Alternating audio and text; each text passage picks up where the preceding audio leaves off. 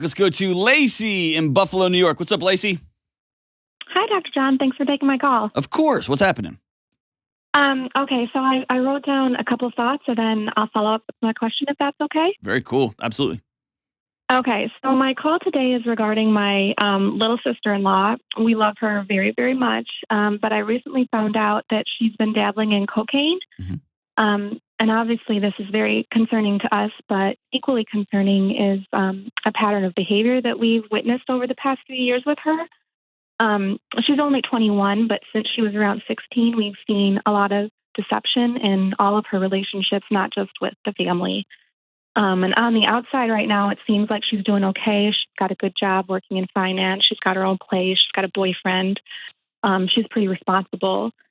But then we learn about things that she's lying to us or lying to others about. And I guess the terrifying thing to us is that the lies seem to get bigger and nothing is really slowing her down. And sadly, I'm afraid that if we talk to her about, the cocaine usage, that she'll just lie and deny that she's doing it. Sure. So my question is, do we still try to talk to her? And if so, what can we say? This one's hard.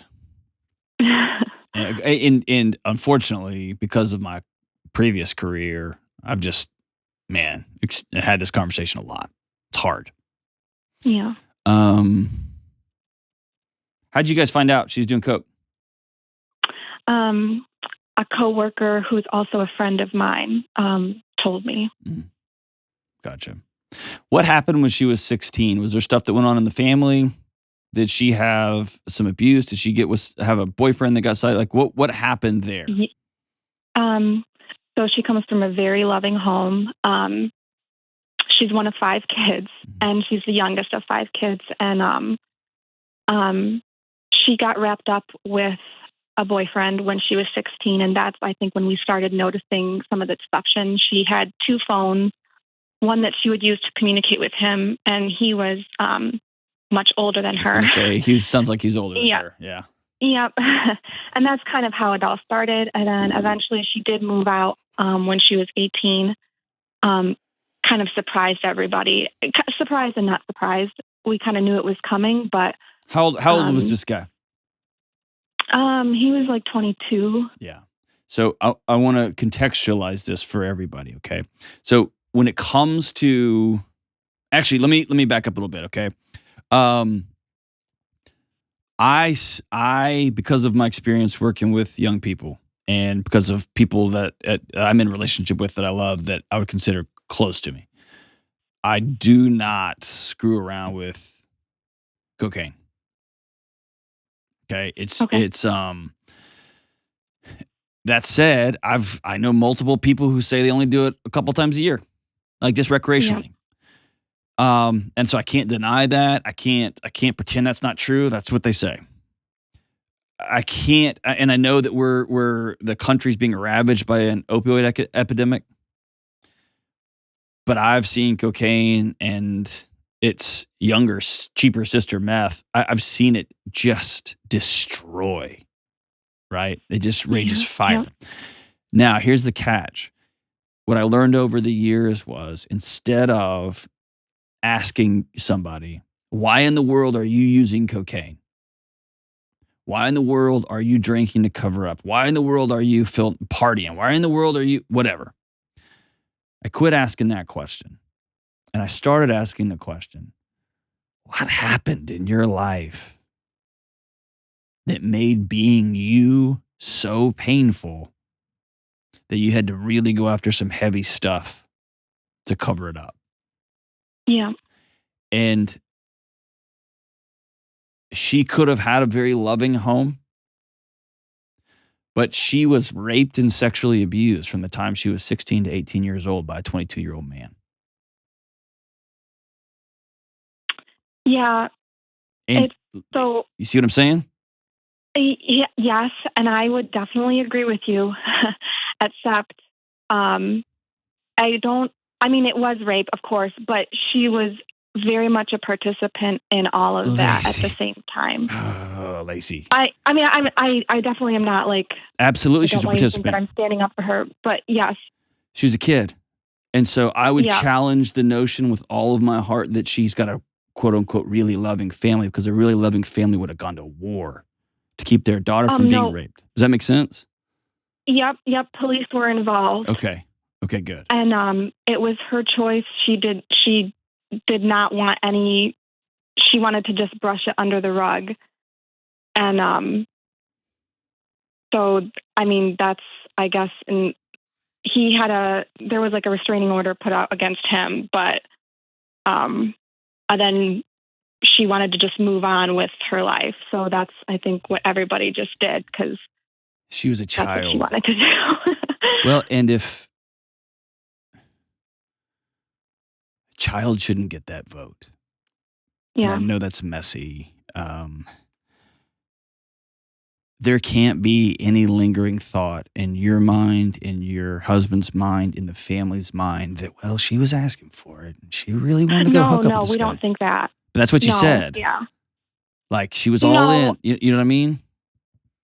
Yeah. I mean, this was over a couple years, and when we found out she was 18, and at that time she was like, "I'm moving out. I'm making my own decisions. What's in the past is in the past." So I mean, and she was like, "This is the love of my life," Yeah. So that's what I say when she was all in, so.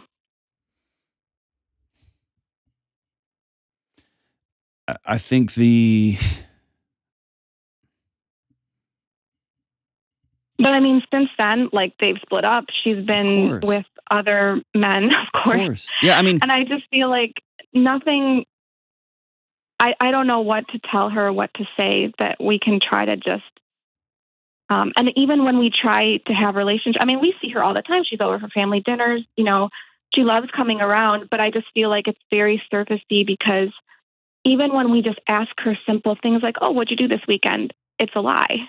I mean, I feel like we can't have connection with her because just even the little things are just, we find out later, oh, that wasn't really entirely true. and something in her body says that none of y'all are safe. None of y'all are trustworthy. None of you will still love me if you really knew. Yeah. And so I've got to escape with drugs. I've got to keep everybody in arm's length with dishonesty, even as wild as it gets. Because from 16 to 18, these two people who said they love me, love me, love me, love me, had no idea that I was being abused. Nobody came and got me. And Yeah. that sounds unfair. And it sounds, how are we supposed to know? We had 5 other kids and blah, blah, blah. Nobody came and got her. And she's going to be chasing somebody tell me that I'm worth being loved, that I've got value, because the 2 people that are supposed to come rescue me didn't show up. Yeah. And it's easy to be like, well, she keeps hooking up with so-and-so and she keeps ended up with another man. Her body is desperately seeking somebody to say, I see all of you and I love you. Yeah. And the sucky thing about cocaine is it works. It lights up your brain like a Christmas tree. And you can work better and faster than people. And it works until it kills you. Yeah. Right? And so you are right on. If you sit down and try to have some kumbaya conversation, it's not going to go very well, or some sort of after school special conversation. Yeah. It's not going to go well. The conversation to be had is a private conversation, probably with her brother, probably with mom and dad, maybe with you. And somebody say, I'm so, so sorry. And I love you, and I love you, and I love you, and you're always welcome here. Yep. Because we can do that. more information is not going to solve this problem. It's not a data issue. It's a connectivity issue. And she is a young, beautiful soul desperately searching for somebody to say you're enough. Yeah. Is this ringing true? Yeah, no, I think so. I mean, I don't know It's that hard. It's hard. that specific language was ever said when we all found out, because at the time it was just a whirlwind of what? Like, we're just finding this out. She's moving out, we're finding the second phone, we're finding all these things. And at the time, she didn't want to hear any of that. She was just like, I'm on to my new man. Of I course. found this guy. And so I don't know that we Well, that's ever had the opportunity. What a great rapist and a great child molester will do is make a child feel like they can't breathe without them. Yeah. And they get so intertwined with shame and purpose and worth, and somebody exciting and new and sexy and with their own job and car, whatever, becomes so magnetic that just going home and sitting down for dinner with the family, you know what I mean? It's like me getting mad at my daughter when I leave jelly beans everywhere. She's 7. Like, that's on me. Right. You know what I mean? I expect her to want to eat jelly beans until she can't fit another jelly bean inside of her tiny little body. I expect that. It's up to me to say, hey, this isn't safe. This isn't healthy. This is going to make you sick. That's my job. I'm dad. And so, yes, it's easy when you find an 18-year-old or a 19-year-old to say, oh my gosh, you didn't follow our family rules. You deceived us. You lied to us.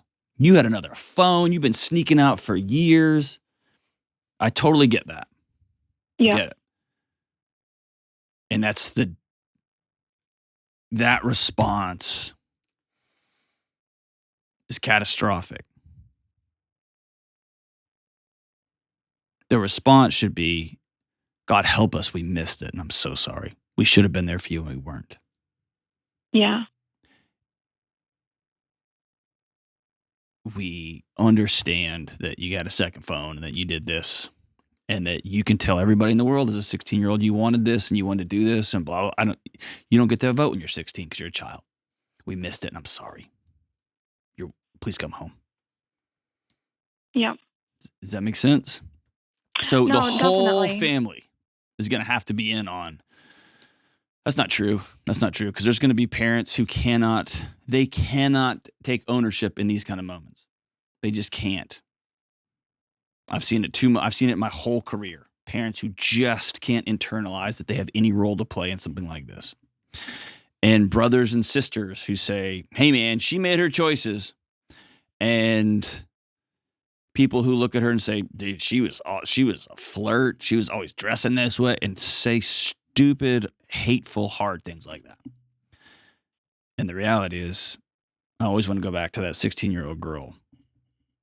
They needed somebody to step in, and they didn't. So at some point, someone's got to step in now. And that might be you. That might be you. That might be you looking at her and saying, listen to me very carefully. I know that your parents should have stepped in, and they didn't. We all should have stepped in, and we didn't. And I'm sorry. That was wrong. Yeah. And I love you. Yeah, no, I can definitely say that. And maybe maybe a big brother too. Yeah. Yeah. I feel like I don't want to paint them in a bad light, because they definitely were. I mean, it was a mix 50-50 of, oh my gosh, what's going on? And we love you. Please don't do this. You know what I mean? So I definitely don't think that conversation it was had, but at that point, I think she was already kind of too far gone at that point to listen. But I'm hoping maybe now that he's out of the picture and, some years have passed, maybe we can sit down and have that conversation. Maybe instead of looking at her like she's too far gone, maybe looking at her like, oh, her body got the message loud and clear. No one was going to pay attention. Yeah. And so she went with the person that paid attention. Yeah.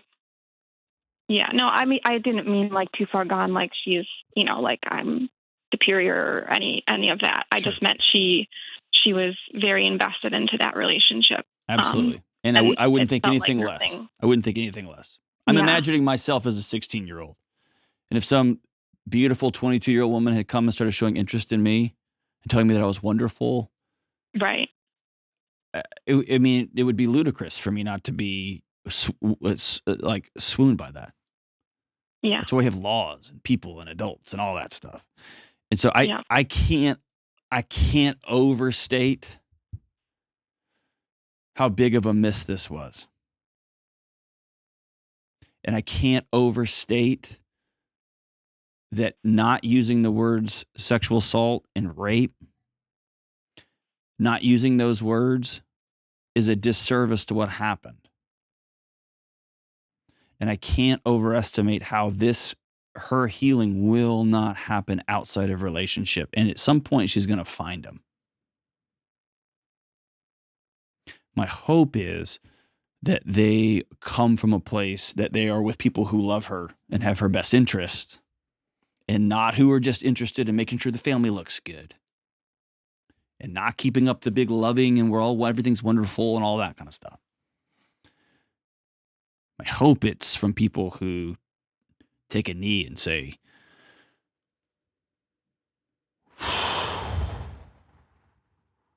we missed it in our own house, and I'm sorry.